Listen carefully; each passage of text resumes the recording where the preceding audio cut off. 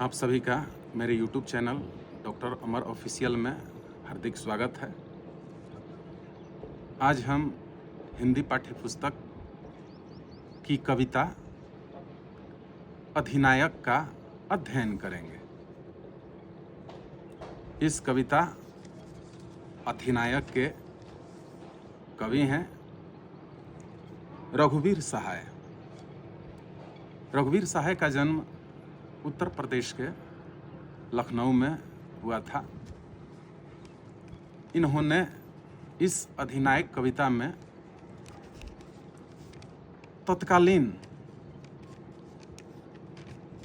समय के सामाजिक राजनीतिक परिवेश पे एक व्यंग्य किया है। रघुवीर सहाय की पुस्तक आत्महत्या के विरुद्ध,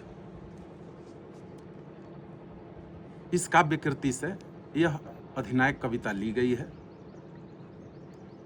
इस अधिनायक कविता में रघुवीर सहाय का कहना है कि आज़ादी तो मिल गई, लेकिन आज़ादी मिलने के पश्चात लोगों की स्थिति जो दयनीय बनी हुई है, उसमें अपेक्षित सुधार नहीं हो पाया। क्योंकि जिस समय ये कविता उन्होंने लिखी थी अधिनायक, तो उस समय आज़ादी के कुछ ही वर्षों के बाद की स्थिति का, सामाजिक राजनीतिक परिवेश का इन्होंने वर्णन किया है, जिसमें पूर्ण रूप से लोगों के रहन सहन, जीवन स्तर के उत्थान के लिए जितनी उपाय होनी चाहिए थी, उसमें उतनी अपेक्षित सफलता सरकार को भी नहीं मिल पाई थी, जिसके चलते अधिकांश लोगों की स्थिति गरीबी, बेरोजगारी और अशिक्षा में डूबी हुई थी, जिसके चलते इन्होंने यह व्यंग्यात्मक कविता लिखी है। इस अधिनायक कविता में उन्होंने गरीब जनता के प्रतिनिधि के तौर पर एक लड़के विद्यार्थी हरचरना का उदाहरण प्रस्तुत किया है, जो फटे कपड़े पहन के अपने राष्ट्रीय पर्व के दिन भी विद्यालय में जाकर राष्ट्रीय गीत गाता है, और उस गीत में आए इन शब्दों का उल्लेख रघुवीर सहाय ने अपनी इस कविता में किया है कि अधिनायक हों या भारत भाग्य विधाता हों,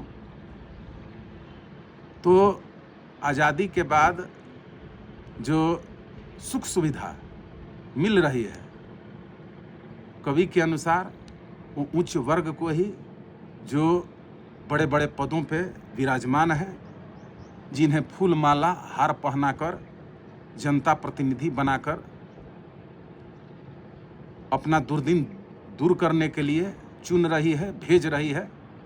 लेकिन लगता है कि वो जनता का पैसा, सारी सुविधा अपने ऊपर ही खर्च कर रहे हैं, और जनता की समस्याएं जस की तस बरकरार हैं, अशिक्षा की, गरीबी की, बेरोजगारी की। तो इसके चलते इन्होंने ये व्यंग्य किया है कि ये कैसे भाग्य विधाता हैं, ये अधिनायक हैं, जो हमारी सुविधा को, जनता की सुविधा को अपने हवाले करके फूल माला हार, गाड़ी बंगला, उसका लाभ वो उठा रहे हैं, और गरीब जनता भूखी नंगी पैदल जुट करके जय जयकार कर रही है और गीत गा रही है। तो इस व्यंग्य के जरिए रघुवीर सहाय ये कहना चाहते हैं कि जो स्थिति समाज में आज़ादी के बाद अभी बनी हुई है, उसमें तेजी से विकास करके और जन सामान्य की स्थिति, उनका रहन सहन, जीवन का स्तर और ऊंचा ले जाने की नैतिक जिम्मेवारी हमारे देश के इन जनप्रतिनिधियों की है और वे इस पर खरे उतरने का यथाशीघ्र प्रयास करें, वरना ये राष्ट्रीय गीत गाना और उनकी वंदना करना और उनकी सभाओं में मजमे में गरीब जनता जाके उनका जय जयकार करना सब व्यर्थ साबित होगा, उससे कोई फायदा मिलने वाला नहीं है।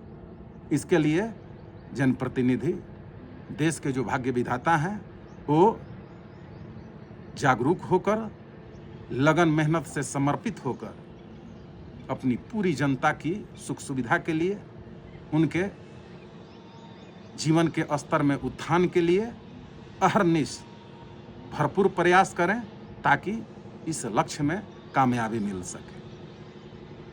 तो इस तरीका से अधिनायक शीर्षक कविता में इन चीज़ों की चर्चा रघुवीर सहाय ने अपनी पंक्तियों में की है। जो उनकी काव्य कृति आत्महत्या के विरुद्ध से यह कविता अधिनायक ली गई है।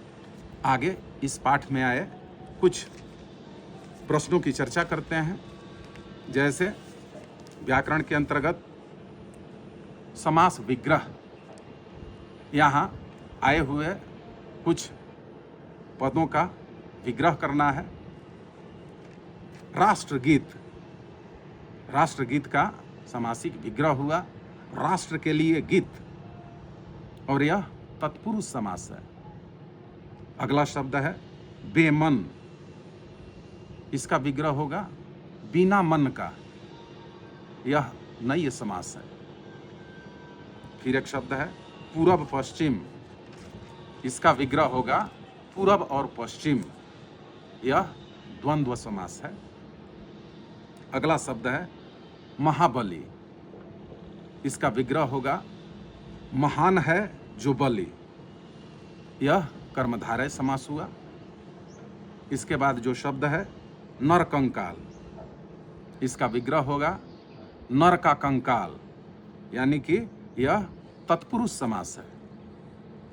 तो इस प्रकार से इस अधिनायक कविता का अवलोकन हम सब ने किया, और इसी प्रकार मेरे चैनल के तमाम ज्ञानवर्धक एवं मनोरंजक वीडियोज़ को देखते रहें और उन्हें लाइक, शेयर, सब्सक्राइब करते रहें। धन्यवाद।